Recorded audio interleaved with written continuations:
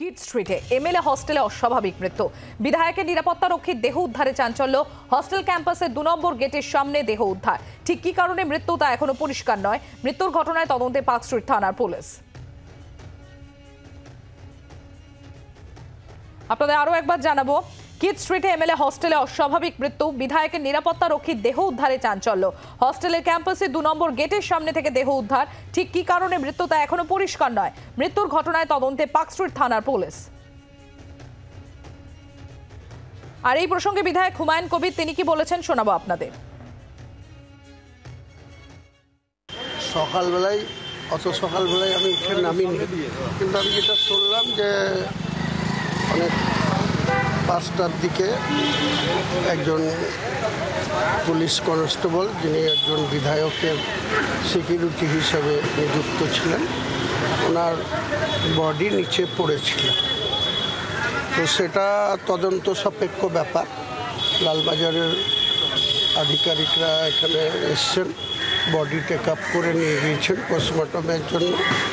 এটা তদন্ত করে বোঝা যাবে যে এটা অ্যাক্সিডেন্ট কিছু হয়েছে না সে নিজে কিছু করেছে, সেটা তো তদন্তেই প্রমাণিত হবে।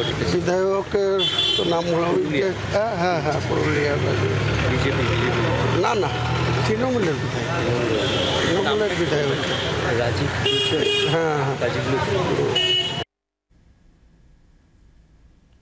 আর পুলিশের তরফ থেকে কি বলা হচ্ছে শোনাবো আপনাদের। যেটা দেখছি প্রাইমা ফেসাই মনে হচ্ছে যে জিনিসটা অ্যাক্সিডেন্টাল আছে। তো আমরা ডিটেল এনকোয়ারি করছি এবং যে বডি আছে সেটাকে রিমুভ করা হয়েছে। তিনি হলেন গিয়ে মিস্টার গড়াই, আপনার এতে আছেন পুরুলিয়ার ডিস্ট্রিক্ট পুলিশে কর্মরত এবং এমএলএ সাহেবের সিকিউরিটি কনস্টেবল। উনি পুরুলিয়ার আমাদের এমএলএ সাহেব আছেন, রাজীব লোচন সোরেন, ওনার আছেন সিকিউরিটি। আমরা দেখছি, পুলিশ জিনিসগুলোকে খতিয়ে দেখছে কি সিসিটিভি আছে কি তাতে এভিডেন্স আছে।